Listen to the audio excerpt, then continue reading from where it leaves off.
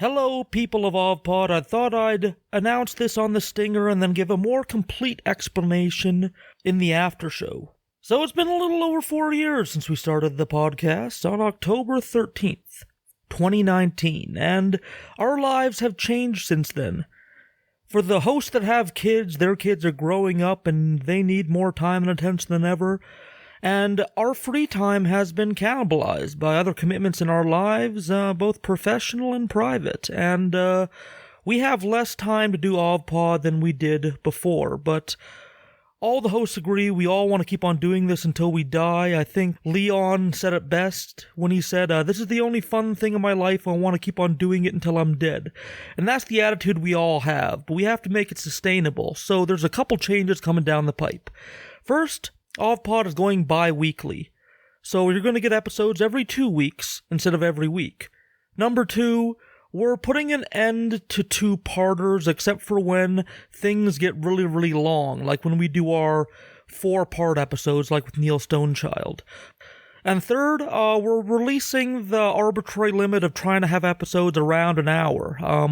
We're going to give episodes as much time as they need to. So those are the changes coming down the pipe. It's going to be a little easier for us to produce and help us keep going for years and years on end. For a more complete explanation, just hit us up on the after show, and I'll explain more of our reasoning behind this. But for now, enjoy the troubled teen industry and that fuck, Mr. Phil, as the OvPod hosts cuss him and the industry he influences out.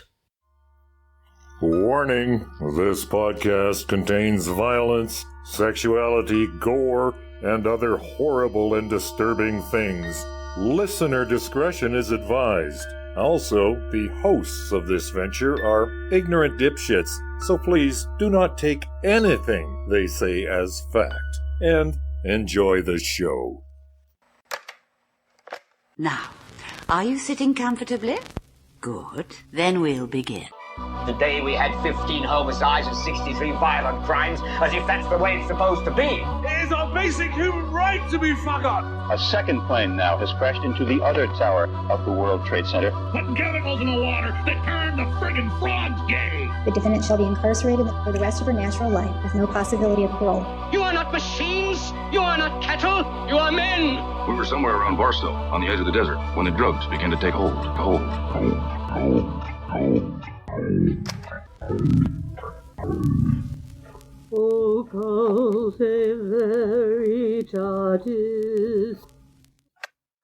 Hello and welcome to Occulte Veritatis podcast. I am Sage Murray, and joining me in studio we have Richard Bigley, Leon Filger, Ood Gallifrey, Soundboard Demon. Easy peasy. So my last episode about the Synanon cult was actually supposed to be about the troubled teen industry, but it kind of got away from me.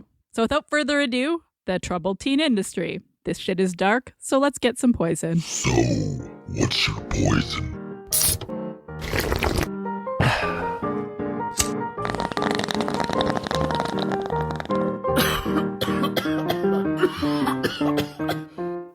So what's your poison? Our poison today is something that you should have probably drank when you were 14 to 15 years old, and preferably thought it was the hardest core shit, because this is Vex. Vex.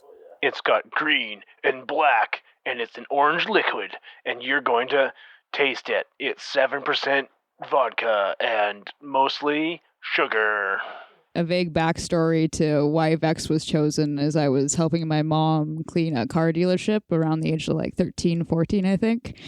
And they had those in the fridge, so I swiped a couple of those and got drunk on them a couple weekends later. So yeah, that nice. Sky vodka. Oh, what else? Fucking Fireball. Fireball never again. I love Fireball. I drank it last night. Yeah, I miss Fireball. I've had Fireball once in my life, and it was a shot that I did with my boss that he bought for me, and that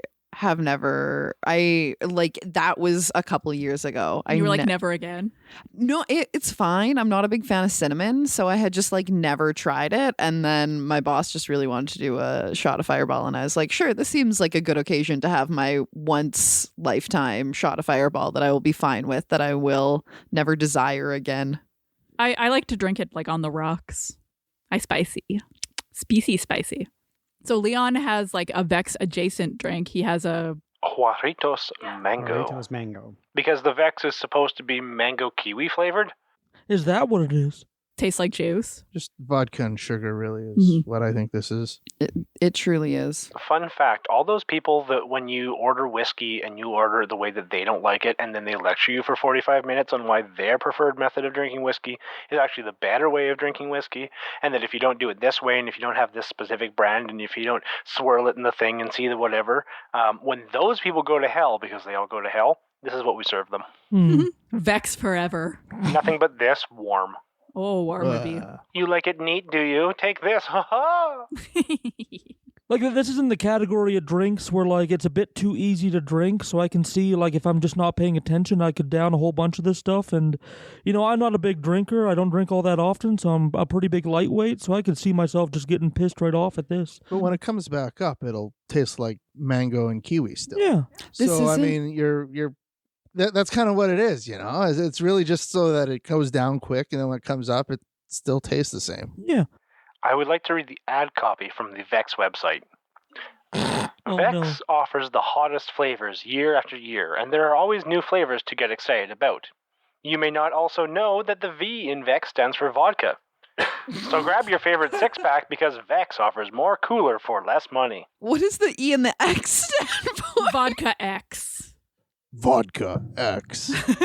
Also, the specific ad copy for the Kiwi Mango, which is this version, is kiwi and sweet mango combined with refreshing lemonade. Oh, Vex on the beach. Orange, peach, and cranberry with a breeze of coconut. How do you have a breeze of coconut? You know, whatever blows in. It's like, oh, oops, some coconut blew in. I guess we'll keep it.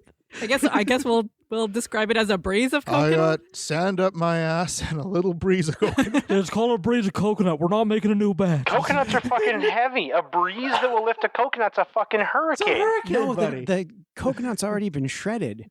Yeah. It's just powdered coconut that gets breezed in. Like with a fan, like. Oh, God. Whole coconut in. Okay. Small coconut molecules. Yeah. So what you mean is when somebody says, I want you to cast my ashes off of this whatever cliff, and they don't realize that wind doesn't work that way. It doesn't just go out to sea. It rolls back up. So you dump the ashes, and then all the ashes just come back on you and your family, and everyone goes, why is Grandpa spicy? Or when you try to dump ashes off the side of a boat and the ashes stick to the side of the boat. Oh, boy. Yes. When my father was died and was cremated, I got the cremated remains back, and as a goof, I poured some down the back of Richard Bigley's shirt. As a goof? As a goof? I had a bone in my fucking hair. Yeah, I dumped the cremated remains on Richard Bigley, and it went down his shirt. Here's the question. Would he have found it funny if he was alive? Oh, fuck yeah. Okay. Oh, fuck yeah. I think everyone found it funny. Yeah. Not you Everyone at the time. Involved. You did not find it funny at the time. There was bone in my hair. You were upset. If you got me a piece that wasn't bone, maybe it would be different. But because it's just ash then. But fucking bone, that's like biomaterial. Have we all rated the Vex and also the Juarito? Yeah, so I've got this mango flavored soda. It's super fucking sweet, which I'm not really keen on. And it's non-alcoholic, which is great. And I'm going to rate it a Leonid's meteor shower, but on a cloudy night. Anywho, I love Richard Bigley. I know. I love you too. Okay. Dr. Phil. Okay. There was this knock at the door, and I remember I was kind of like looked at my mom because I was wondering, who that might be. And it was these two really big people. And the first guy, he grabbed my wrist and slammed my arms against the counter. And next thing I knew, there was like a knee up against the back of my knee, and my knees were on the ground, and it all happened so fast. All the guy said is, you can do this the easy way or the hard way, but either way, you're coming with us. And did you know where you were going? What was happening to you? Not at all. I remember waking up the next morning and just being so bewildered. Here I am, I don't know a soul. I have no direction. I just went through this insane experience of being kidnapped the night before. My dearest Teddy, you hate me. You never thought you could hate me more than you did yesterday. You're about to enter a school that will help you. I am crying as I write this. I am scared that you will never forgive me or understand that I am saving your life.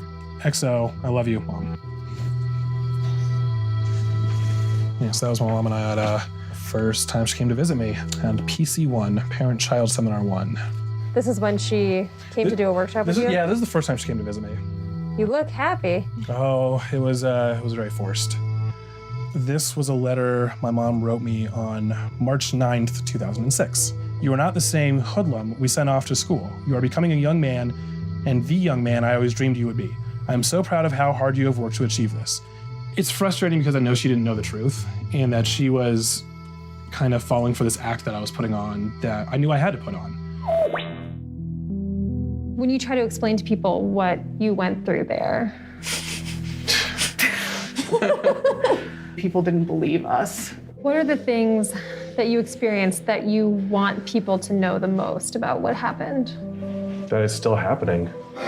You're in a cement room with nothing. Technically, you were supposed to sit the entire time and be quiet. But of course, after a while, you start mentally breaking. So I would do things like sing. I would be restrained for that, or try to move around in my cell, get restrained for that. They also made sure to come in every single day and tell me that my parents cared so little about me that they knew how bad I was, and they're choosing not to come pick me up. And that I had to live with knowing that I was forgotten, that nobody cared about me. It effectively breaks you. You lose your sanity, you lose hope. That's the big one. You lose hope. And once that's gone, there's nothing. Cross Creek closed in 2012. The campus has since been sold and turned into a motel. Vice News spoke with more than a dozen former students whose stories echo what Sarah, Mary, and Theo describe, as do the accounts of numerous alumni who have posted their experiences online. Some former staffers we talked to support their allegations. Ian Demers was there at the same time as Theo. I guess I really wanted to believe that they were doing more good than harm. But when I left, I felt that they were doing more harm than good. How did you find this job? This was back when you would still pick up a job from the paper. Sunday Classified was searching through. It was listed as a youth detention center that was looking for counselors. What appealed to you about the job? There wasn't a whole lot of work. I think it was paying somewhere between $8 and $11 an hour. At that time, it would have been more money than I had ever made. And did you have any experience with children, with education? Absolutely none. I had no idea what I was getting into when I started that job. Not a bit of it. And what it became was far worse than what I thought it would have been. What did you see? Kids would be locked up by themselves for days without even being able to talk to anyone, except their counselor. And behind a closed door, and then they're not allowed to talk about anything that happens in there. Did you feel like you had to go along with it? I thought they must be licensed, right? They must have authority on some, the state must come in and see this and deem this to be appropriate. Who am I, a 25-year-old who hasn't made his way, doesn't have a high school diploma, who got a GED? Who am I to tell anybody how they should be running anything? A staple topic on the Dr. Phil show. We see usually a young woman who is acting out, defying authority, not listening to their parents, swearing, partying, and engaging in risky sexual activities. The crying parents are at the end of their ropes, and this unruly teen is dropping memeable lines. Yeah, see, I figured you were going to do this, and I didn't get... Give me a second. Catch Me Outside, how about that? It's funnier on... Did I do a... I do what I want. Did I do a meme? I run with 12 Y'all don't know me. Y'all don't know where I've been. I do what I want. Today on an all-new Dr. Phil. My daughter is out of control. 13 years old, extremely provocative. Danielle vanished with the keys to my crew member's car. With her family. She's threatened you with knives. She's defiant. Stop it. Oh, who is you? But has she met her match? You want to do it again? Sit down. With Dr. Phil. You can threaten them, Good. but I'm your worst nightmare, girl. Let's do it. Have a good show, everybody. Here we go. This is a safe place to talk about. This, I apologize in advance. This is going to be an editing nightmare for you. Okay. Because now I can play the fucking Dr. Phil clip. All right, Okay, let's play do it. this. I'm up for the challenge. All these hoes laughing like something funny. She's talking about the audience, that they're laughing at her. Did you say the hoes are laughing? Yep. So the audience are a bunch of hoes. Yep. Yeah. I love the way they all clapped. They're like, yeah, I'm a hoe. Me outside. How about that? Me outside. How about that? Catch you outside? What does that mean? What I just said. Tell me what you think you're doing that contributes to this chaos and this problem. I don't behave. I'm disrespectful. I steal cars. I steal her credit card. I ain't gonna lie. There's no reason to lie. Everybody know already. Like, what do you say to yourself that gives you the right to take somebody else's car? I'm so finna be sliding. You mean? That's what makes me want to take the next bitch car. What now? I'm sorry, I didn't get that. Are you speaking English? Do you have an accent of some sort? Tell them where it comes from. You know. From the street. Oh. Okay, so tell me again, what is it you say to yourself that gives you the right to take somebody else's car? I don't say anything to myself. I just say, all right, there's a car. There's some keys right in front of me. I know where the car at. You know where the car at? Did you go to the 5th grade? No, I'm asking, how far did you go?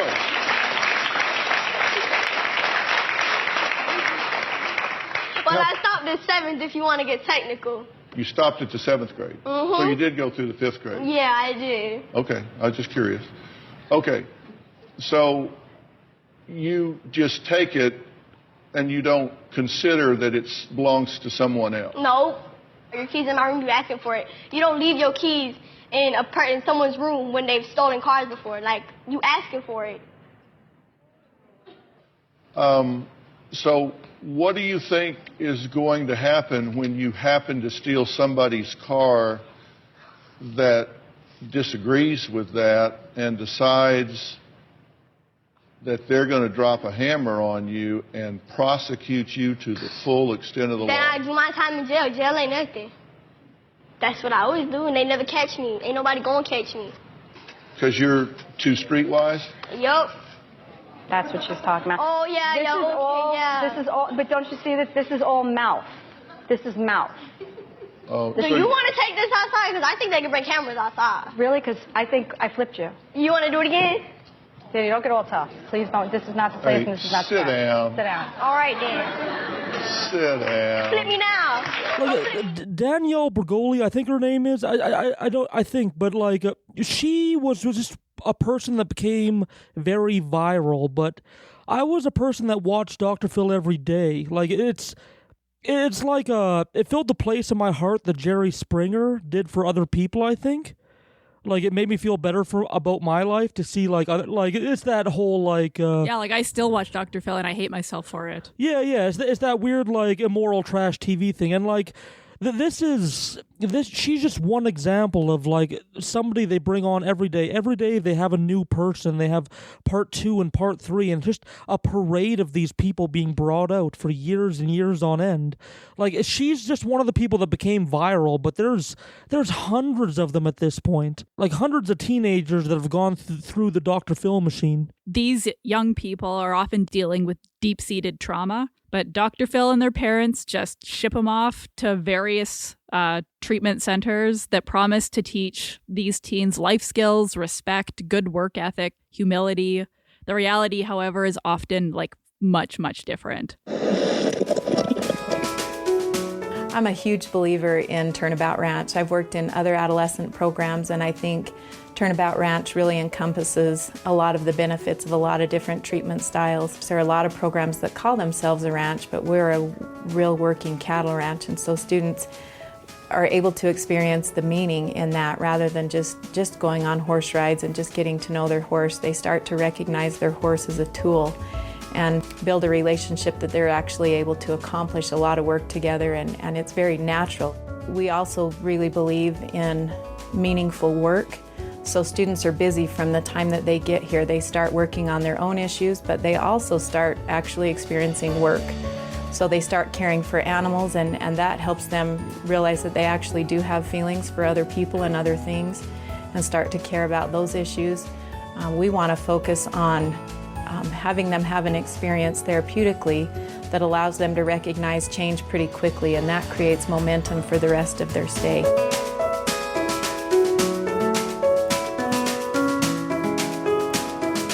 Bro, move! Come on out here, let's talk, okay? Go! I'm not doing anything. How you doing, girl? What did you think about Turnabout Ranch? It's not that I don't want to go, it's that I'm not gonna go. Period. If we felt like you just getting in with a therapist and working with mom and dad would work, we would do that. But the truth is... Yeah, but I'm not gonna go to no Turnabout Ranch. I'm not going. Like, Well, you cannot force me. But the problem here is that you guys need some separation. I can go stay with a relative. Honey, I'm gonna go. what we've done so far is not working. All sending me away is gonna do is upset me, and I'm not gonna do that. I'm not getting sent away. No. Then you'll like yes, it. it is. I'm not gonna like it I because think I'm you'll gonna be absolutely upset. love No, I'm not going. Period. I'm not gonna sit in this dumbass room and sit here and be told that I'm gonna get sent away. That's stupid. Are you in agreement that this is the course of action that you want to take for her to go to Turnabout? They're not gonna change. I'm not doing it. Somebody get me out of here. Honey, this is the best thing. Get me the out of this room. I'm not getting sent the away. Get me out. Just give me Get a me second. out. Get me out. Get me out. Get me out. Danielle Bergoli, the Cash Me Outside, How About Dat girl, was sent to the Dr. Phil approved treatment facility Turnabout Ranch in 2016. She was grabbed by 2 transporters in the middle of the night and taken to the Utah facility. She was placed in handcuffs and put in a car. She was just 13 years old. Once there, she was placed in isolation and not allowed to communicate with the outside world. Okay, so Turnabout is in the middle of Escalante, Utah. It's a very, very, very, very small town. It's got one gas station, one grocery store. Everybody knows everybody there. You see you're in the middle of nowhere. You know there's nowhere to run. If you try to run out there, they're gonna find you, you're gonna get in more trouble, or if you do get away, you're gonna get eaten by a coyote or something. Because took in there against my will. They give you transporters. Transporters are 2 people, a male and a female, that come in the middle of the night. They don't tell them where they're going. They just take them, they handcuff them, they put them in the car. It's basically like kidnapping. It's 3 a.m. We're going to be going to do our intervention with Madison in a few moments. Hopefully she doesn't give us too many problems. Go here, take your Dr. Phil, honey. I love Morning, you. Madison. My mom and I already agreed that that's not happening. Your mom just came in here and told you she changed the plan. Go out of my room. Stop trying to touch me. No, if I want to get out of my bed, let me get out of my bed. I don't care. Get off of me. Get off of me. No, I don't care. Madison, if I have to step out for a minute, can you just talk to me? Y'all are not on my side. Why would I want her to leave? I gotta go. Come on. Please. Get off! Stop. Stop. Yeah. Stop. Get away! You're a I never want to talk to you again! Never! We got there, I got out of the car, and I just seen it looked like nothing. It was just super dark. I seen like all the circles and stuff, and I seen the little cabin, and I was like, oh shit, I'm not built for this. Like, I'm this little bougie ass. So for the first 3 days you're there, there's no showering. They put you in a circle, which is it's a teepee. It's a little teepee, but it's open, and you have to sit there for 3 days. They wouldn't let me lay down for nothing. Like, I was falling asleep, and they were like, get up, get up. So I'm just sitting here, like, this is gonna be really bad. When I seen these people have no sympathy, I was like, oh, I'm really doomed. They strip you from your whole personality. You have to act like just whoever they want you to act like. They told me, okay, these are what your chores are gonna be. I don't remember what they were, but they were like, these are what your chores are gonna be. This is what you're gonna be doing. Here's your level 1 binder. You do the same thing every day, chop wood, take care of the animals. This place is all about taking away privileges. Like, okay, yeah, the phone is a privilege, TV, like all that, but they take away like necessity privileges, like sleeping on a bed, eating good food, not being cold. So while I was there, just a lot of crazy things happened. I seen a kid get held down for trying to leave. Just honestly, I don't think he was trying to run away. I think he was just trying to like walk out the door and just like get some time to himself, and they restrained him, they held him down. They had no problem holding kids down, which is against the law. You're not supposed to touch the kids, but they had no problem doing that. It's just our word against the staff's word when you're there, because there's no witnesses, there's no cameras, you don't have a phone, there's none of that. That's why I was always so scared to speak out, because it's like no one's gonna believe me. A lot of things that like happened to me there, it hurt me so bad because I was genuinely like confused. I'm writing letters to my mom like, Mom, I will do anything. Like, you don't understand what this place is like. Like, you can't do this to me. Like, I will do anything. I will do therapy every day. Like, I will go through an outpatient program, all that. Like, just please let me come home. My mom had always threatened me as like, oh, I'm sending you away, but she never did it. This was the first time she really did it. Like, I never thought my mom would do this. So what parents need to understand is if your child is acting out because of trauma, like sexual abuse, or maybe like the kid's parents got divorced, or just anything like that, you don't send your kid to a program like this. You need to send your kid to a program where they're not being punished, and it's not about, everything's not about you're in trouble, and it's just really fucked up. You're just using children to keep your ranch going, and you're not even feeding them or letting them sleep in decent conditions. Just doing things that no one would ever want done to their child, and not even and doing it to kids who are so helpless. And when you know that you're watching their letters, you know that they don't have any contact with their parents. So I'm not really sure why Dr. Phil still sends kids here. It really doesn't make sense. Like, are you trying to help them, or are you trying to hurt them even more? Because I mean, we all know he's a phony as it is, but like, don't be sending kids somewhere just to make it look like you're trying to do something. There was already lawsuits before I went there. There's now many more after, but there was one as far back as 2012. Now this place has been going since the 90s, I think. So I could just imagine like how much bad stuff has happened there. These are documented things that have happened. And just the abuse, the malnourishing, physical abuse, mental abuse, all that. And this place is still up and running. It just doesn't make sense. So Danielle is far from the only person talking about their experiences with the troubled teen industry. Paris Hilton has recently spoke out about her experiences. She spent a lot of time in these programs as a young girl, but it was the 11 months that she spent at Provo Canyon that was responsible for, quote, the most vivid and traumatizing memories I've ever experienced in my entire life. And that's on the I Am Paris documentary you can watch on Netflix. It's heartbreaking. Enough is enough. I'm no longer going to be silent. To be treated like human beings, these kids are treated worse than someone would be in prison. It's horrifying. And that's what you endured, something worse than prison.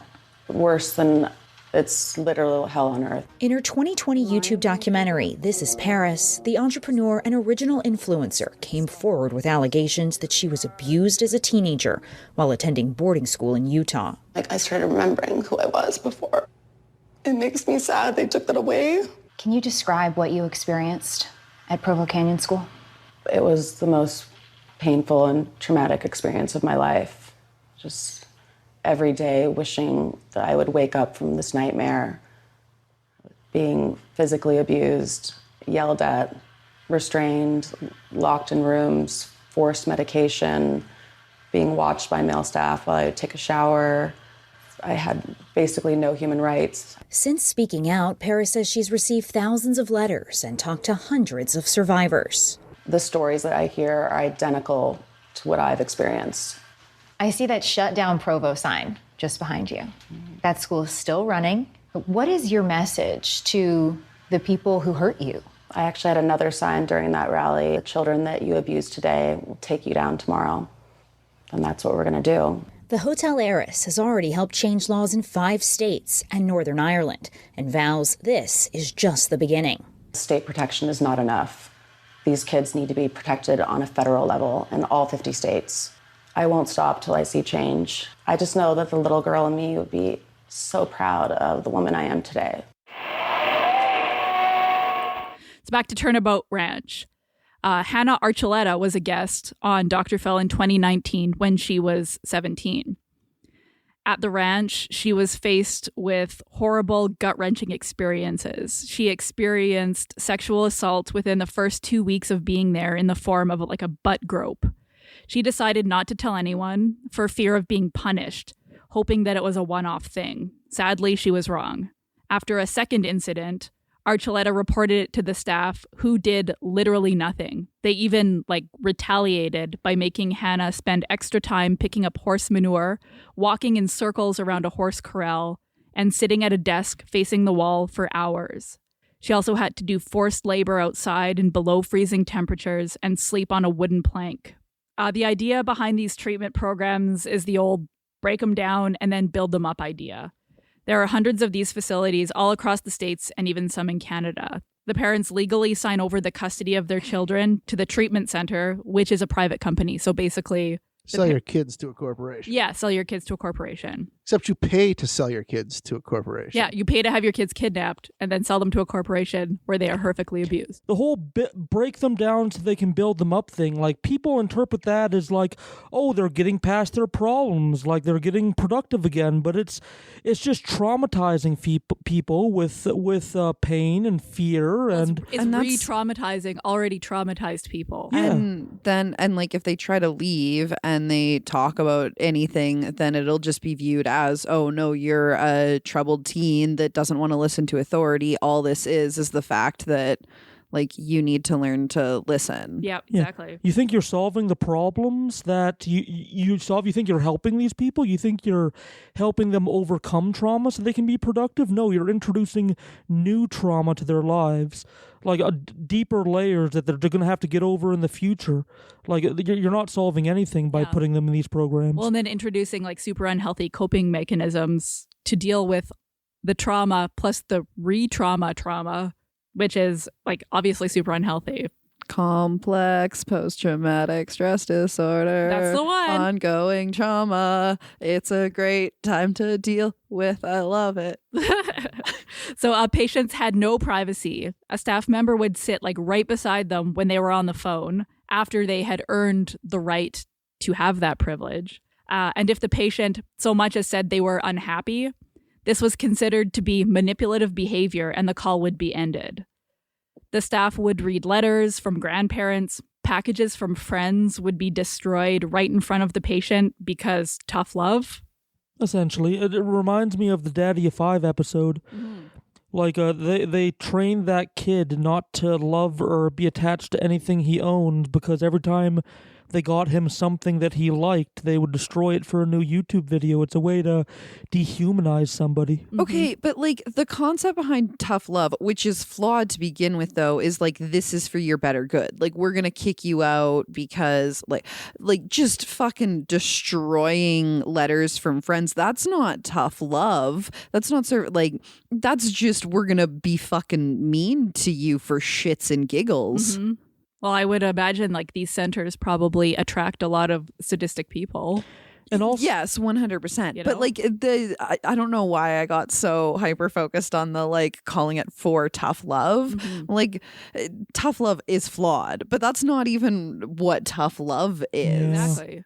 So everything needed to be earned and could easily be taken away. According to Danielle Bergoli, in quotes, this place is all about taking away privileges. Like, okay, yeah, the phone, the TV, all of that. But they take away necessity privileges, like sleeping on a bed, eating good food, not being cold. Patients in these programs were forced to participate in hard physical labor, be subjected to draconian rules regarding their behavior, and then not be believed by staff when sexual abuse occurred, which it did. Brainwashing, similar to what occurred in the Synanon cult, also occurred. At a center called Spring Ridge, survivors recounted how they were expected to participate in attacking their peers, berating all of their decisions after their peers were forced to talk about a deep, dark secret. It was called feedback, which is like the game from Synanon. Oh fuck! Did they hold those secrets against them later? Yeah, it's like fucking Scientology. Mm-hmm. Son of a bitch! Yeah, they get people to admit their deepest, darkest secrets through what is it called? For like the e-meter readings or yeah.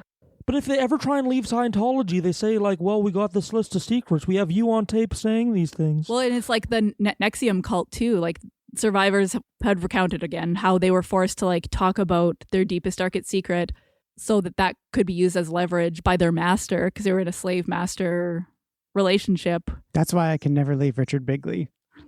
Aw. It's a mutually assured destruction kind of situation, hey? Also, just going back to the how they were treated, like made to sleep without mattresses, stuff like that. This almost goes without saying because it's such a obvious example. But I can't even remember the actual name. Stanfield is the thing that's coming. Like prison, Stanford Prison Experiment. Yeah, prison experiment, right? Like just giving people rights to have control over people, and especially with the prompt of like these humans need to be broken down because they're troubled teens, like just nonsense punishments. Exactly. You're just abusing people into a fawn response. Yeah. That's all you're doing. You're just abusing them until they go into a fawn response, or until they kowtow to your needs, or until they fight back hard enough that you have to that like you hurt them or something like that. And like it's just pushing people into a corner.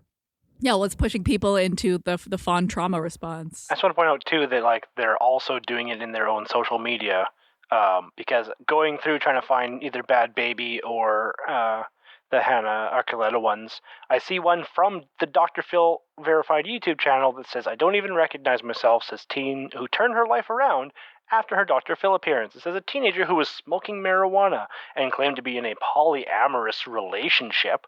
Ooh. Acknowledges how she was actually wrong, and Dr. Phil turned her life around. Now, one teen we get asked about constantly is 14-year-old Gabrielle, who was couch surfing and smoking pot with her own mother. Well, I'm proud to say Gabrielle is now a straight A student. How are things? Things are great. You've changed your hair. I did. I'm a brunette now. Yeah, I see that. So how are you doing? Doing good. I am 4 months clean and sober. Good for you. Everything. So glad to hear that. It just took courage and strength, and finally love myself, because you helped me figure that out. Like, being able to do that has changed my life. Yeah, and you were kind of high during the taping. Yeah, when you watch that back, what do you think? Ugh, you know, I don't even recognize myself. There she is.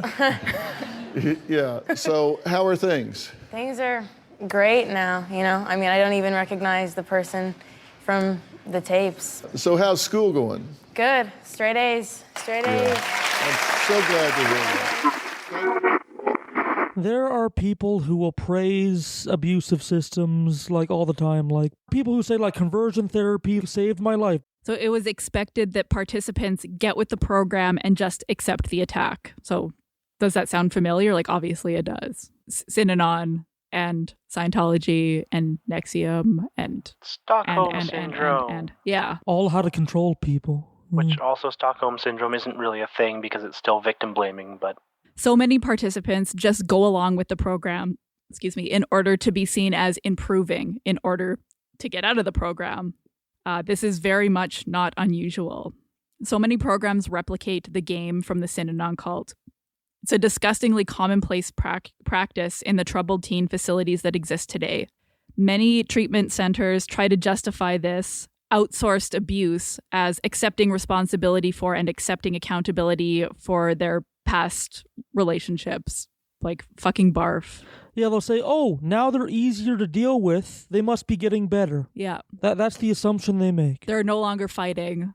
Yeah. So they must be, accepting responsibility, as opposed to being so completely re-traumatized that that's their only defense mechanism, is just to be like, sure, whatever. I don't even care anymore. Yeah. They're just in a survival mode. They're just like, I'm going to do what I have to get out of this. Mm-hmm. Like, and that's not a healthy place to be. So another technique used, according to like a survivor of the troubled teen industry, was called sculpting. A person would get up and they would take several people in the audience to act out certain things in their life. I was forced to sculpt my rape. She had to pick fellow students in her group to play. I know, yeah. I know. She had to pick fellow students in her group to play her rapist and herself and act out what had happened to her. I also had to do that with my other sexual assaults. And that was not therapeutic in any sense. Like, no shit. Just being forced to like not only like talk about that traumatic experience, which would be re-traumatizing, but have people act it out in front of you. Act out, like re-sculpt the rape. Like that's fucking like inhumane. There's no professional qualifications for the staff there. You know? Oh no. Like that's No. And there's no regulations for those facilities. Like it's fucking fair game. And of course, you know, shit like that definitely is going to attract a specific predator class to want to staff that place. you know? People that are like, fuck these unruly kids. I want them You to know, relive this rape right in front of them. It is no fun when I can't find silly reasons for people to be in hell when people actually deserve to be in a terrible place. I am having a like physical reaction. I know, it's just to like disgusting. knowing. Oh, so fucking gross. Yeah. It's in the middle of nowhere. It's just a bunch of old people who get to basically boss kids that have been abused or have problems at home or just had a troubled life, and they act out because of it. So Dr. Phil and parents send their kids here for these people for the kids to actually get more traumatized. That's not why people send them there. Well, they don't know. No, I'm saying they don't know they're sending their kid here for this. But when you send your kid to this facility, your child just gets more traumatized. It's called Turnabout Ranch, right? I haven't really talked much about my time there, but there was a time around like 2.5 weeks where simply for talking upstairs in the loft where all the girls would sleep, right? For talking and singing songs together, we were forced to sit outside in the cold. They would feed us foods they knew we specifically didn't like. They would make us pick up horse shit. They would make us walk an arena. They actually made me walk the arena, me and the other girls, for 5 days straight without letting. Now you're supposed to let the kids, even if they're in trouble, you're supposed to let the kids change their clothes every day, and then they're supposed to shower every 3 days. They did not let us shower. They did not let us change our clothes. I don't even think they let us shower over the whole 2 weeks.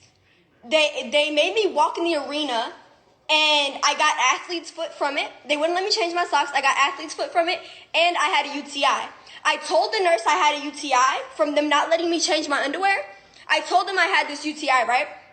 I told the nurse, she said, "You're just looking for an excuse to go to the hospital so you can run away." Now, meanwhile, this whole facility is in the middle of Escalante, Utah. And even the hospital, it's a small town. There's only about 500 people that live there. This town is very small. Like I said, it's only about 4 blocks.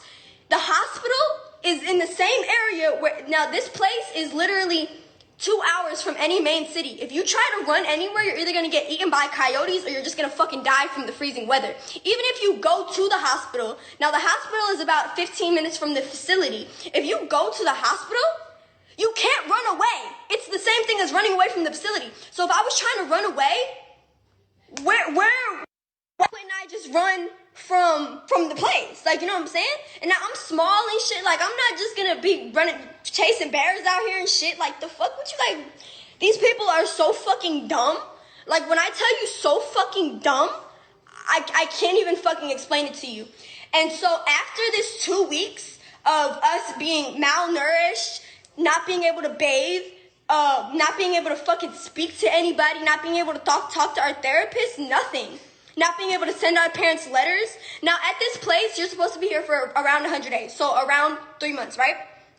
I was extended. I had to stay there for 3 months, for an extra 3 months, for no fucking reason. They lied to my mother, all because the people there seen the Dr. Phil show and knew that I had some steam when I had some steam on the internet, so they wanted me to stay there for an extra 3 months just to fuck with me.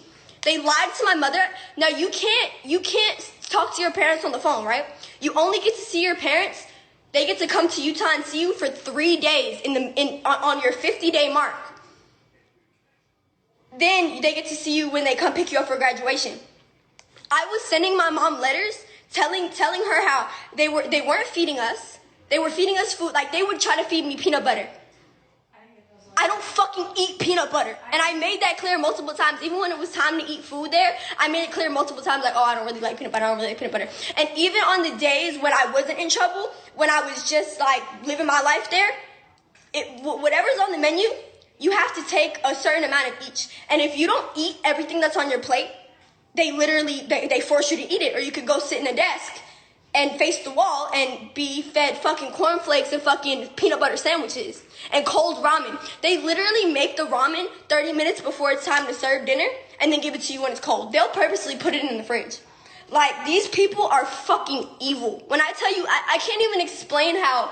I get it, like, taking the privileges away and stuff, but to a certain degree. You don't have to fucking not let kids eat. And I understand, like, oh, if you do something wrong, you gotta walk a couple laps or something. But taking kids food is not a privilege. Like, your parents are fucking spending $100,000 to send you to this place, and you're not even feeding them? But anyways, so after that whole 2 weeks of all that, like I said, not being able to shower, not being able to write my mom letters. By the way, my mom didn't receive any of those letters that I sent her about them not feeding me, how I had a UTI, how they wouldn't let me change my clothes, how I don't even know how the UTI went away. This bitch would not give me fucking medication. She would not. She refused. She swore I was lying, up and down. When I never had I think I had one sick day there when my throat was sore. That's it. And I did have a sore throat from being out in the cold. And this was within that 2 weeks, and I told them, and they wouldn't even give me cough syrup, nothing. I was coughing, I was all that shit. I had a little bit of a fever. They still made me sit outside in the cold. You know when you have like that head cold and like your throat is sore and you just feel like, ugh, that's that feeling I had. And I had it for about 4 or 5 days. And this bitch wouldn't give me nothing for it, not even a fucking cup of tea. And there was kids so there's 2 facilities. The first facility where you go to is Roundy. You're there for about 2 weeks for your level 1 and where you start your level 2. And then you go to the barn. And so the Roundy one, it's literally like a log cabin. There's no beds, none of that. It's just these little insert things that are wood, and you sleep in a sleeping bag. You don't get no pillow, none of that. Your food, you can't have any condiments. All you drink is water and fucking powdered milk. She says the same exact thing you just said about punishment. Yeah, I know. So I just told y'all that, right? Now let me read you what the girl said. In what appeared to me being punished for reporting my abuse, I was required to spend extra time picking up horse manure, walking in circles around a horse corral, which is the arena, sitting in a desk facing a wall for hours, and forced to labor outside in below freezing temperatures and sleep on a wooden plank with no pillow. Am I fucking lying? These people are just so, my hatred is, like, reading this made my fucking blood boil because I can only imagine how many students this happened to. How much nightmares from campfire? What? When you smell fire. Oh, for the Roundy thing, you were forced to sit in this little teepee thing for 3 days when you first got there, and the smell of fire, because they make you light your own fire and stuff to keep warm. You're out there from 6 a.m. to fucking 8 at night, all night, no matter if it's hot, cold, whatever it is, you're out there. You can't lay down, you can't none of that. You have to literally sit up and just look. It's literally the most, it just irks me so bad. But anyways, the smell of fire now, like if I smell like burning wood, it literally makes me like I get uncomfortable. The shit that they do to these kids, really what it is it's just these old people who live in this small country, this small little town that get to fuck with kids. They're old as fuck, they're ignorant as fuck, they're racist as fuck, they're disrespectful as fuck, they don't give a fuck about them, they don't give a fuck about nobody but themselves and their own kids.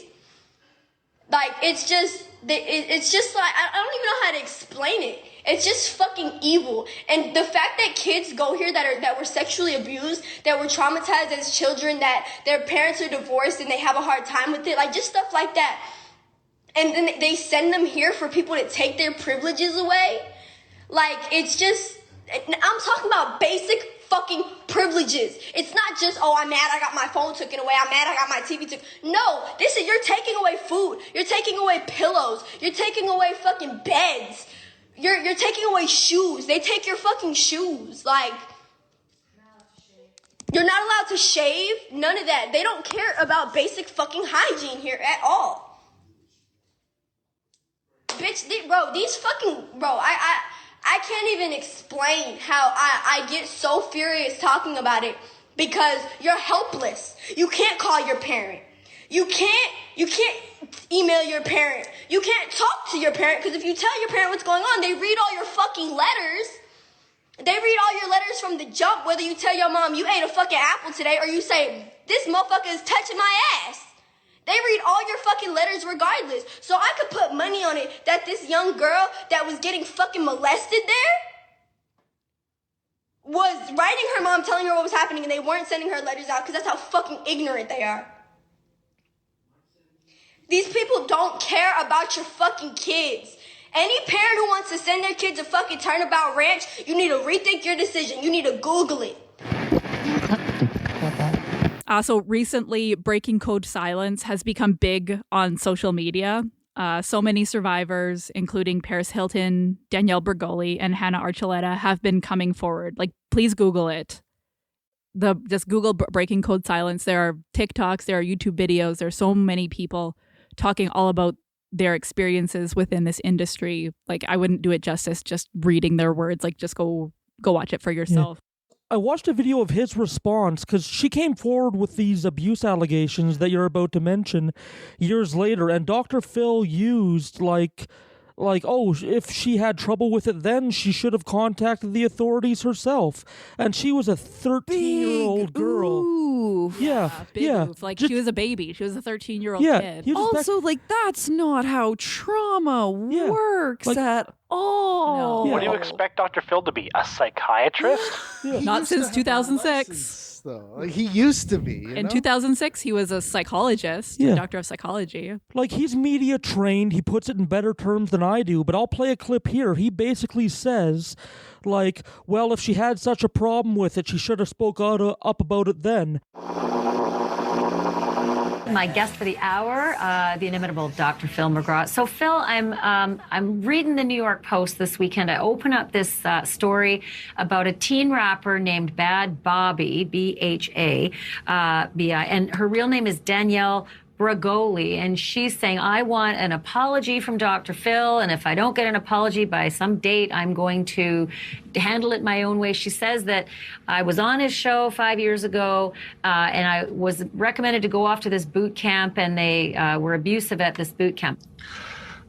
Well, she went to Turnabout 4 or 5 years ago, and if she had a bad experience, obviously I would hate that. We'd be sorry about that. But we don't have anything to do with what happens with guests once they leave the stage. I mean, that's between the guardian and the parent and whatever facility they go to. So we're not involved in that. We don't have any feedback from them. So whatever happens once they're there, that's between them and the facility. I assume she had a problem. She filed a complaint with the proper authorities or something 5 years ago. So I really don't know much about it.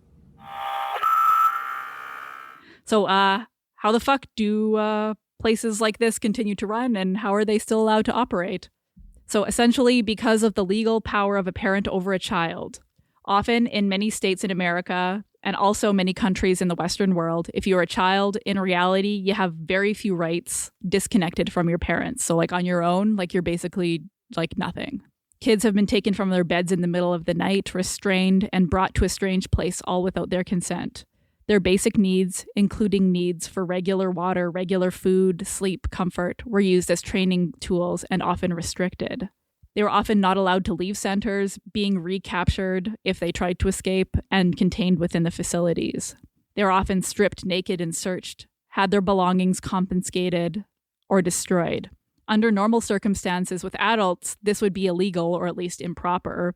But if a parent signs away their parental rights, and by extension give that third party the same rights over their children as they do, that's when this extreme exchange of unequal power occurs. Provo Canyon, some attempts at lawsuits have occurred. Back in 1971, a pair of boys were sent to Provo Canyon, and they brought a lawsuit against the center seeking legal protection from federal courts. They filed the lawsuit against the original owners of Provo, who are Jack Williams and Robert Christ. The teens' lawyers argued that the education, facility operation methods, and confinement protocols were not in the teens' best interests and may be abusive. Like, no fucking shit. Also, like, one of the things I cannot stop thinking about, this is a bit of a side note, but especially around the legal guardianship, mothers' babies get taken away for way fucking less. Like, basically just for like birth being alerts. fucking indigenous. Yep. And like it's more traumatizing to separate them, and then we're fucking okay with corporations owning children and literally physically abusing them, and we just don't give a shit. But that indigenous person had a baby, let's take it away. It's in the baby's best interest to be separated from, the person that gave life to it. And it's even intertwined. Like, Synanon was just one of the places that was getting, like, people were being sentenced in court to attend it. Like, lots of these facilities in Utah were having, like, city judges or, like, county judges sentencing teens to these facilities. There's examples of that all over the place. All these abusive facilities, people were being sentenced to attend it as part of their probation or part of their conviction or whatever. So you got caught with a joint or something, Yeah, to this trauma production center. Yeah. Yeah, so there was obviously evidence of abuse brought forward by many parties, yet the jury in the case sided with the school, citing basically that it would be a waste of time to find the school at fault for these crimes, as the school had a positive impact in the area. A compromise of sorts was made. The verdict would be laid in the school's favor, leaving the school walking away without any official legal wrongdoing. So even though these boys were abused, the school was basically, let off. They just had to stop doing 3 things: using polygraph machines to interrogate and interview kids coming into the center. They had to stop reading, editing, and sometimes confiscating and destroying incoming mail-in packages. And they were only allowed to use isolation as a means of punishment if the child was in immediate danger to themselves or others. So years worth of abuse were allowed to continue under those new provisions. So did they actually do any of that? No. No? No, that they said they were going to, and then, like, when inspectors came by, like, they were shown, like, the approved methods, and if any kids had any separate stories, those kids were just isolated incidents, or they were making it up, or it's just a teen that's angry about being here making up stories. So they really didn't do anything different. They just carried on. Okay. Exactly. Also, once again, a bit of a side note. I'm terrified that I would fail any polygraph, because I, as a chronic people pleaser with anxiety, even when I'm telling the truth, sometimes I get anxious. Me too. Is this person going to believe me? Or and especially knowing that I was being tested, monitored. Good Lord, a polygraph would tell you nothing about whether I was lying or telling the truth. Everything would come out as a lie because I would be so do you want to hear this? What answer do you want to hear? Yeah, exactly. 100%. Just trying to get you. Anyways. My trauma response has always. I was going to say, that's on trauma. Yeah. I believe we talk about polygraphs in episode 157, False Confessions. Mm-hmm. They're full of shit. Not literally, but figuratively. You don't know they're not literally full of shit. That's true. I don't know. Maybe there doesn't seem to be a bathroom in those polygraph booths. That's what the big catheter's for. I see. Right up the ass, like a vacuum hose. Moves like a caterpillar. Yeah, that seems uncomfortable, but I guess I'll live with it if it's part of the process. So over the next few years, the center was bought under new management. It was a mega company called Charter Behavioral Health Systems. Think of them as Disney buying up a bunch of smaller treatment centers, including many for teens. They became like a monopoly of teen treatment centers. Mm-hmm.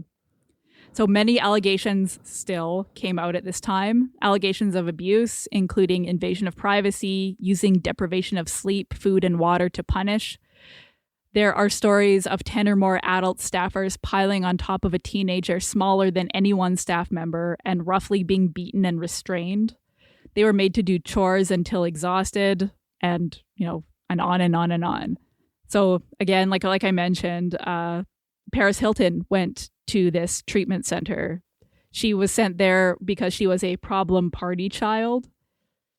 Provo Canyon School is also met with multiple federal investigations, being accused of funneling money into the company via Medicare fraud, and also providing inadequate and abusive care in many, many centers they owned. Like, no shit. They eventually filed for bankruptcy, and Provo was sold to Universal Health Services, and the abuse was still allowed to continue. And often when, like, these bankruptcies occur and, like, new companies take over, like, they keep the same managers, the same supervisors, the same policies. They may make a few superficial changes, change logos, change uniforms. Change the website. Yeah. But it's almost like they're given a clean slate. And then when they fuck up again, it's just like, oh, a new start of isolated incidents, the first-time incidents at this brand new facility. People reported being overly medicated to the point of being catatonic, resigned to their beds under the influence to move. Some report being restrained and punished severely for even minor infractions. Despite rules that were established in the 1970s, they continued to monitor mail, put people in isolation that didn't need to be, locking people in rooms. This is illegal in Utah, but when reported, it's rarely acted upon. Children are also restrained, either physically by staff members or with chains, cuffs, rope, or with chemical injections that were designed to put people to sleep for extended periods of time. Again, there are very specific legal guidelines as to when to use chemical and physical restraints on someone when they are immediate threat to themselves or others.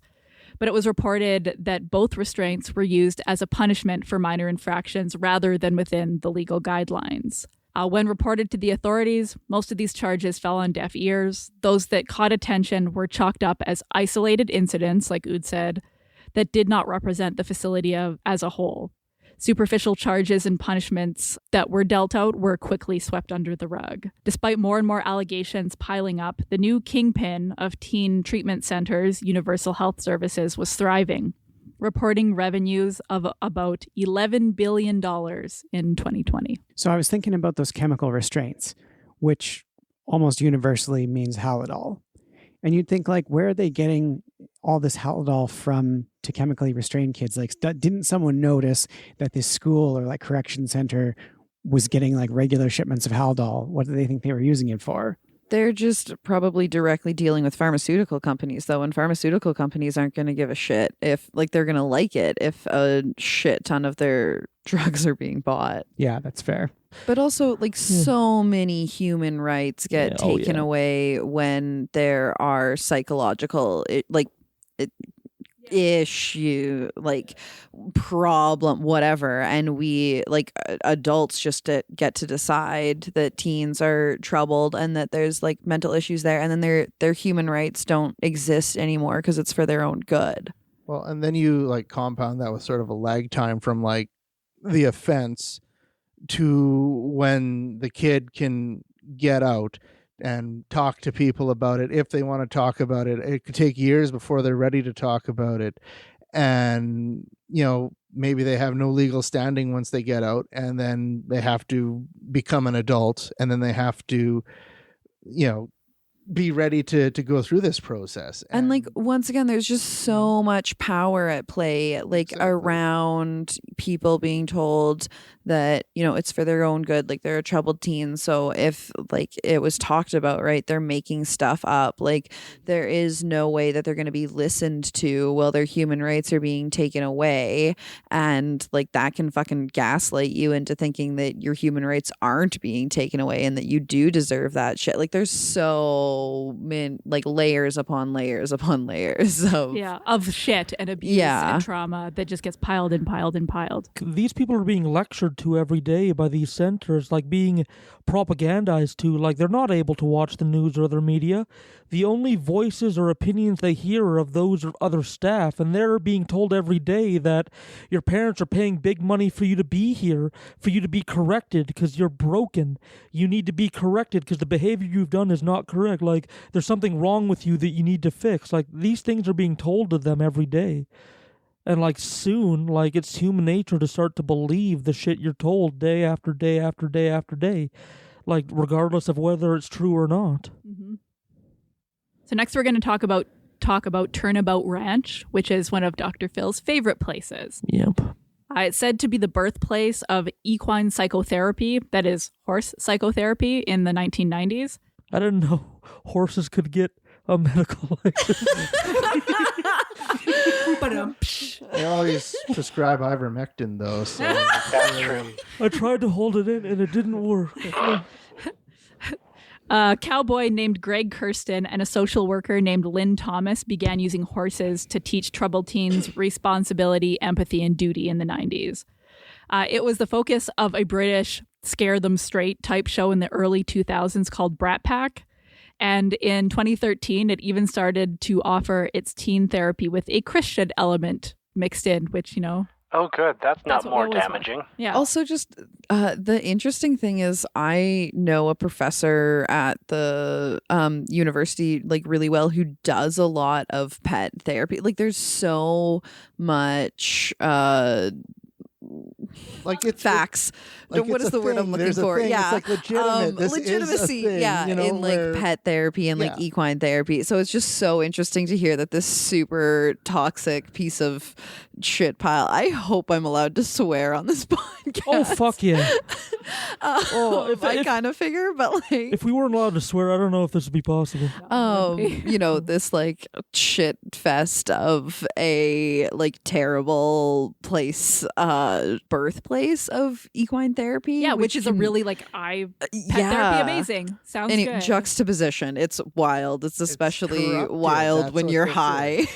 It's corruption. You're taking a good positive thing, teaching people to care about an animal or an animal to, respond and care back.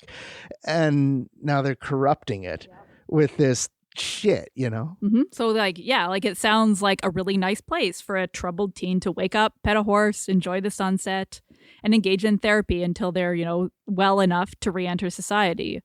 But this image obviously is a facade. As with Provo Canyon, and for similar reasons, lack of regulation and lack of people checking up on injustice being done, the place quickly became an abusive environment, with more and more teens coming forward.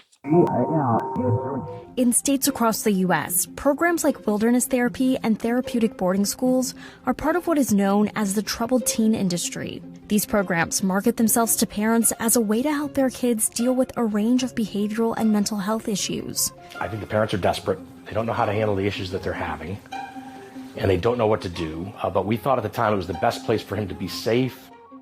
Daniel spent the next 11 weeks at Second Nature Blue Ridge Wilderness Therapy in the mountains of Georgia. We had such limited access to food. We're not allowed to know the time, and we're not allowed to know where we were going, so you had no sense of anything. And I'm going through this program watching my friends try to take their lives. I witnessed two very traumatic, horrific events there that, I will never let go of. Monarch had a form of public humiliation called a seat. On a seat, you were not allowed to be spoken to, and you could not speak. And then you would go out and work for 8 to 10 hours a day, literally just manual labor. Well, the worst experience I had there was being sexually assaulted. The staff were absolutely responsible for letting this happen.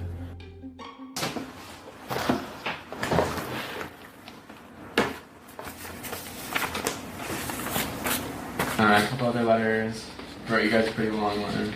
It's so funny when I read these letters. I wanted you guys to think that I was perfect. I wanted you guys to think that I was the best student at school, because I thought that I would convince you guys to pull me early. Right. We know at the time that we did what we thought was the best for him. So reorienting that now to the current reality, which is that no matter how well it seemed that he was doing, in reality it had a terrible impact on him. There was a physical assault on a teenager staying at the facility.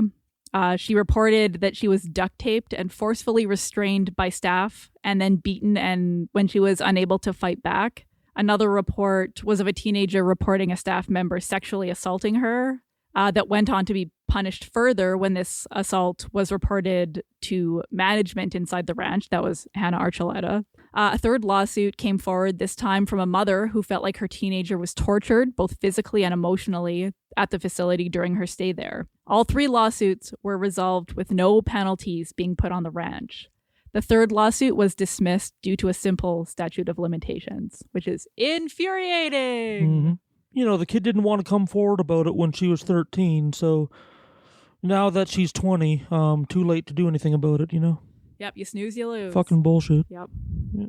So staff is not equipped to deal with actual troubled teenagers, as the tools they have developed to use over the years have been found again and again to be abusive and not effective. Like, obviously, it resulted in tragedy as not enough precautions were taken, not enough safeguards were placed, and the ranch staff were never properly trained to deal with someone in psychological distress. They just expected the patients just to be kowtowed and listen and be beaten down into submission. This was most clearly seen in an incident in 2016 when a 17-year-old boy beat a 61-year-old ranch staffer to death. That teenager should never have been there. The ranch isn't equipped to deal with people with his kind of heightened, complex needs, but yet they took him in because they have blind, unproven confidence that their program is what teens need, and they weren't ready when they found out that they were wrong.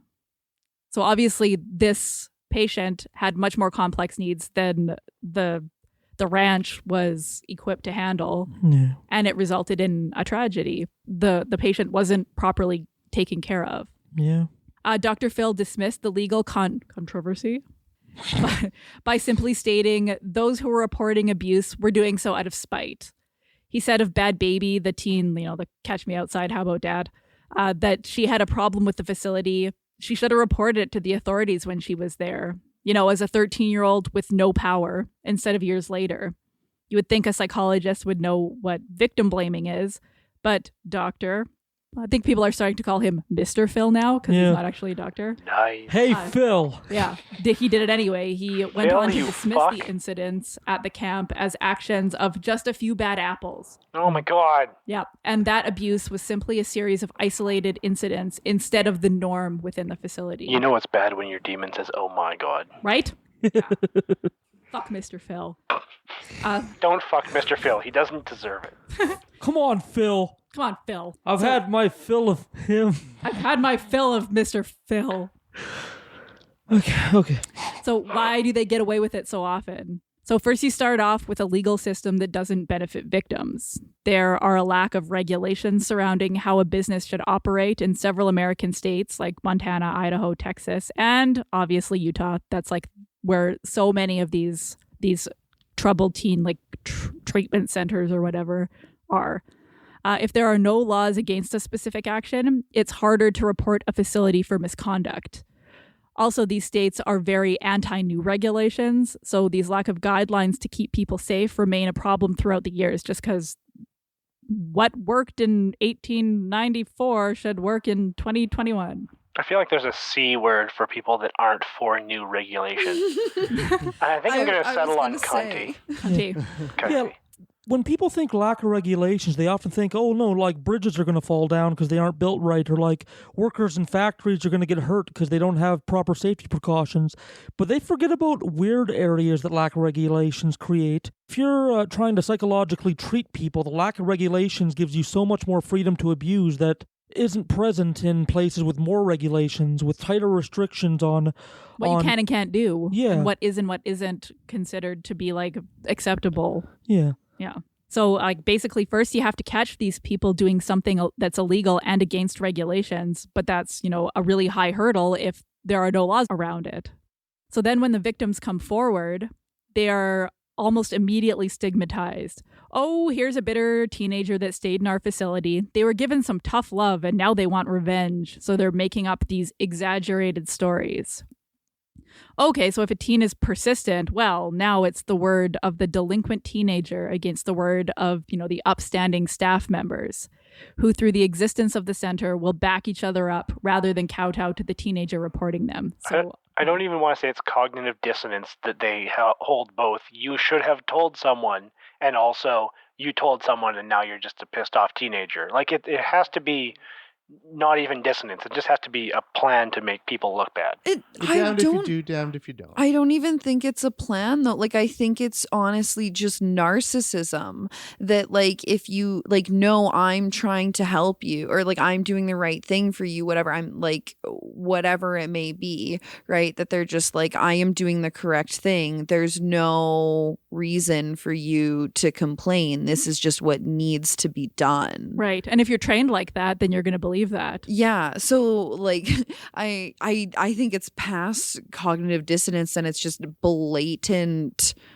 narcissism and like no reflection whatsoever. Just blindly following the status quo. Yeah. It reminds me a lot of how police operate. Like there's been a lot of incidents where like the same 4 cops are telling the same story. Their incident reports all say the same thing, but then a camera footage comes out that contradicts all their stories. That means there had to be some conversation where they all got together and said, "Here's what happened," and then they back each other up. I mean, there's also videos of cops going, "Okay, let's get our story straight. Oh shit, 1 sec, click," and then they turn off the body cam. It's like, guys. Yeah.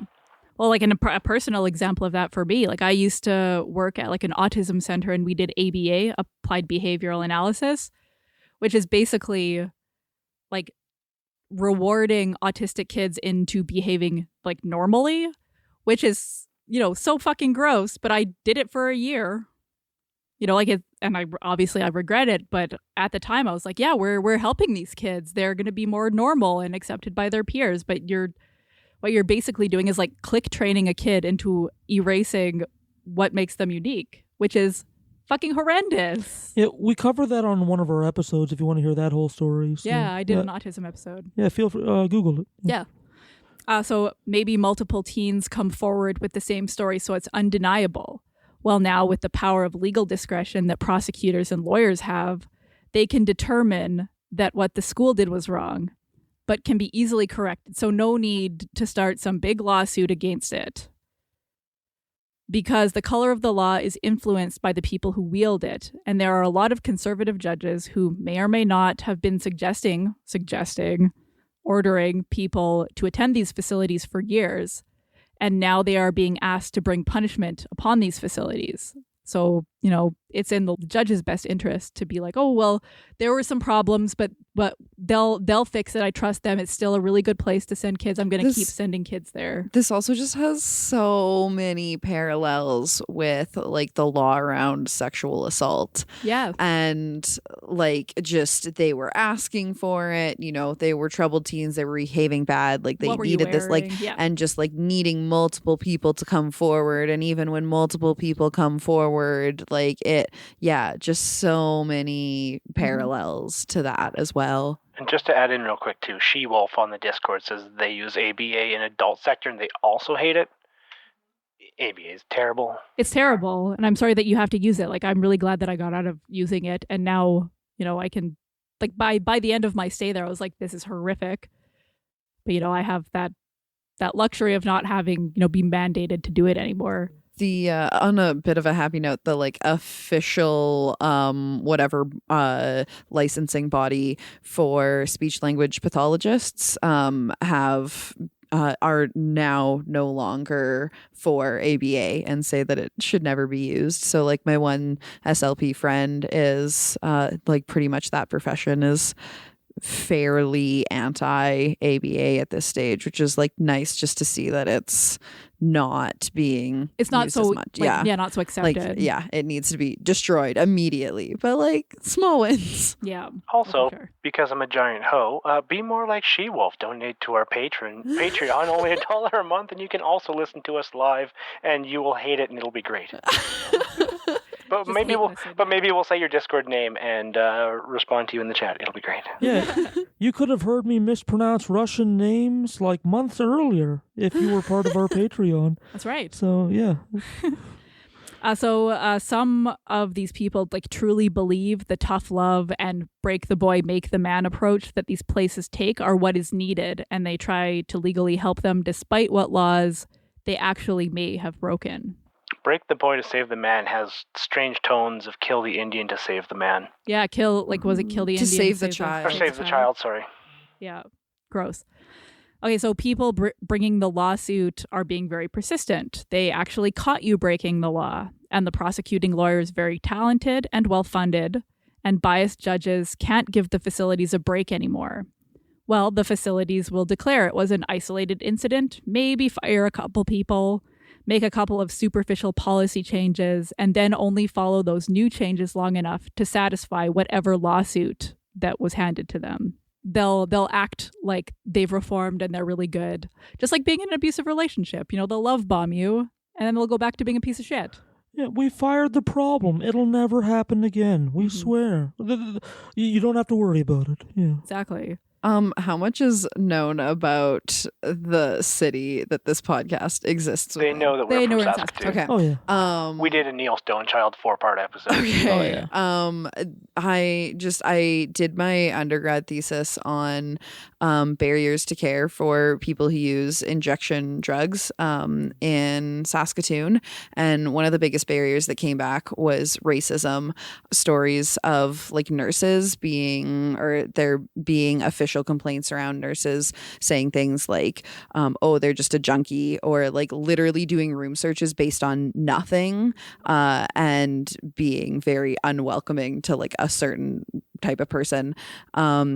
And then like official complaints being made against them. Once again, they just get like moved to a different department, or like there's no actual like pedophile priests, just move them to a different town. Yeah, nothing. And it's not even to like a different hospital. It's just a different ward, or like their like shift gets changed or whatever. But like there are no repercussions that happen.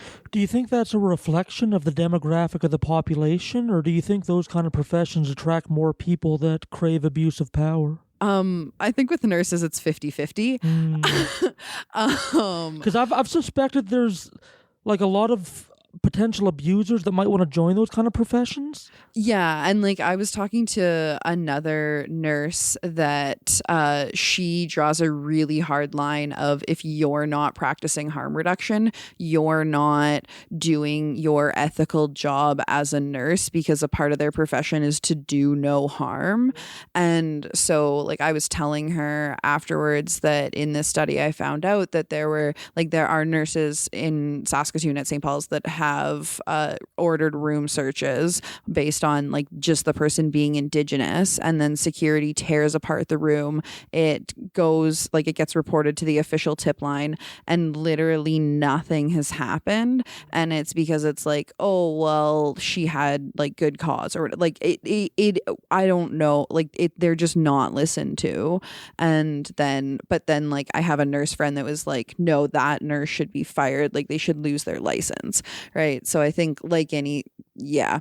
But I think it's almost like tacit approval of racial profiling. Eh? Yeah, but I think especially with nurses, like it's definitely 50-50. Like there are some very caring, amazing, phenomenal nurses, but there are definitely people that are nurses that abuse their power in that position. Yeah, the nurses that were bitches to you in high school. Well, there was a recent news. I mean, not super recent, but like a Indigenous woman, like she was going to die, but she filmed the nurses around her talking. And, oh yeah, I saw that. Racist and yeah. I can't remember the name at this moment, but it was like, oh, she's just a junkie. Yeah, exactly, like, and they just she's gonna die anyway. You know, and it's like, well, I'm not sure what happened on that story. The woman's name is Joyce Echequan, and there is currently an inquiry into what's going to happen with all the nurses. There's also, it's become obviously a big hot button political topic because the premier of Quebec, where it happened, says, yes, this was terrible. Yes, we should do something. But no, there's no systemic racism because we didn't make a law to say we should be racist. Yeah, that's what systemic racism is. That's what you need. Just as long as there's nothing to legally mandate it, you know. Exactly. So, like, all these reasons, like, this is what has allowed these facilities to keep operating and growing and thriving, all while harming and sometimes killing teenagers, like, right under the law's nose. Today, Turnabout Ranch says, that they do not use physical or chemical restraints. and that their current program is a long evolution from the treatment of the past. Although the current CEO, Adam McLean, will not provide details on what specific efforts, if any, have been put forward to stop chemical and physical restraints, citing privacy concerns and keeping the dignity of the people being treated at the forefront. Isn't that suspicious? Hey, is there any chemical or physical restraints happening at your facility? Oh no. Can we have details as to like measures and guidelines that say that? Oh no, I can't tell you about that. That's private. Like that's like sus. It's like when cops say, "I'm sorry, I can't discuss a case that's in front of the courts," and every lawyer and judge is like, "No, you can. You're allowed to." And they're like, "Oh, I can't talk about cases in front of the courts," and the judge is like, "No, go for it. Do talk." And they're like, "Courts can't." So today, nearly 100 troubled teen facilities operate in Utah, now that years of relationships have been built between them and legal entities. Past judgments done in the favor of these facilities have laid some very attractive legal precedent to these facilities in Utah. And for Utah, it's a big opportunity as these facilities bring in millions of dollars of additional tax revenue every year. Individual teens pay an average of $7,000. Well, the families of teens pay an average of $7,000 per month just to attend these facilities and be abused and re-traumatized. The interesting thing about the whole legal precedent thing is that under the eyes of the law, these facilities have to be viewed somewhat as medical treatment facilities. So especially when it comes to confidentiality, if we're talking about how did you use these chemical restraints, whatnot, they could probably fairly easily make the case around confidentiality of how individuals were treated. And that needs to be so protected for so many reasons that it's actually probably really it's really easy to get angry at how much protections there is, and that's very valid, but also just thinking about the fact that they are being marketed as, and probably under the eye of the law, being treated as medical facilities, and how medical confidentiality plays into so much that does legitimately need protecting. Because some of the big corporations that own a bunch of these places, the other things they own in large groups of are hospitals. So they own hospitals and these treatment centers. So I suppose they would be all healthcare centers of a sort, which would give them more loopholes to have to jump in to be considered a healthcare facility, but also more legal protections over what can be done there. Right? Yeah, exactly. Especially when you get into the United States, there's so much so many weird ways to get licensed as a facility, right? And private corporations that can be medical facilities and shit like that. Right. So even if the corporations that don't necessarily own these treatment centers are also owning hospitals, I'm even thinking of abortion clinics, but then there are those stupid fucking anti-abortion clinics that market themselves as basically super similar to Planned Parenthood. Right, pregnancy crisis centers. Yeah, pregnancy crisis centers, whatever, right? So once again, places like Planned Parenthood need those privacy protections, but these other facilities are getting licensed probably under the same umbrella, at least umbrella. And so just the all the weird layers that would be so hard to work through in especially when you're trying to bring forth this abuse that it is legitimately happening at these facilities. Yeah. It's very fucking sad, and these kids deserve better. Yeah. It's very upsetting. I'm sorry about my upsetting episode. Go and look up Breaking Code Silence. And then do some serious self-care right after. That's Go right. hug your kid. Yeah. Look at it. Look up pictures of smiling frogs. There's a lot of them. There's hundreds of them on Google. They're for free. Smiling frogs. Yeah. So, does anyone have any final thoughts? No, I'm done thinking about that. Yeah. I'm done. So for Occulte Veritatis, I have been Sage Murray, along with Richard Bigley, Leon Felger, Ood Gallifrey, The Soundboard Demon. Oh, Easy peasy. And Geo. Love you, bye. Look at Smiling Frogs. Bye-bye.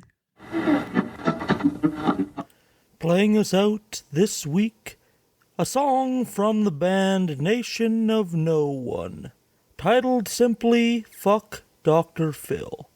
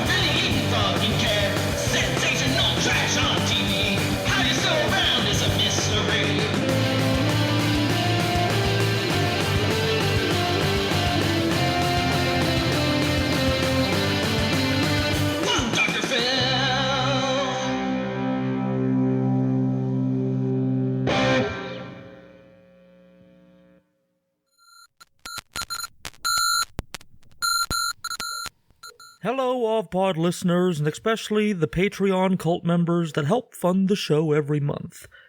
So this is our explanation as to why the show is changing. I think that we've always thrived through transparency. I think part of our charm is that we are almost a little too honest a lot of the times. We like to tell what's happening in our lives behind the scenes, and this is just more of that. We started OVPod Friday the 13th, 2019, over 4 years ago, and back then we just simply had more time to research silly things and record them, and we still do. It's something that we all enjoy in our lives. I love getting caught in rabbit holes and then excitedly telling my friends about the rabbit hole I got caught in. Just ask my roommates. We simply just have less time than we did 4 years ago, but we don't want the podcast to stop. We want to be 60 years old and still talking about, I don't know, the Titanic was a vampire conspiracy, OVPod episode 2048. But we have to make it sustainable. So we're deciding to go bi-weekly, releasing 2 episodes every month, sometimes 3 episodes a month if they fall in. This is less you getting half the content and more you getting 2/3 of the content, because with that first change comes the second change, the end of most 2-parters. Unless an episode is like 4 hours long or something obscene like that, we're not going to split it into 2 halves. So whether the episodes are an hour long, an hour and a half long, 2 hours long as it takes to cover a subject, we're going to keep it in 1 part. And that allows us to do 2, maybe 3 separate stories every month. So I would argue that you're getting more like 2/3 of the content rather than half. But those 2/3 are also going to be higher in quality because we're going to be able to pursue things that catch our interest in the moment, and we're going to be able to dedicate ourselves towards more fully. We're hoping that it's going to bring some of the charm back of the old episodes, researching things that we were just interested in that month, instead of becoming kind of a content production machine like we have a little bit in the past few months. So we're taking a little bit of pressure off of ourselves, making this podcast more about the fun, more about exploring concepts, more about sitting down with friends and discussing things, and less about arbitrarily churning out an hour of content every week. And in there lies the third change. We were pushing for an arbitrary goal of having an hour-long episode every week.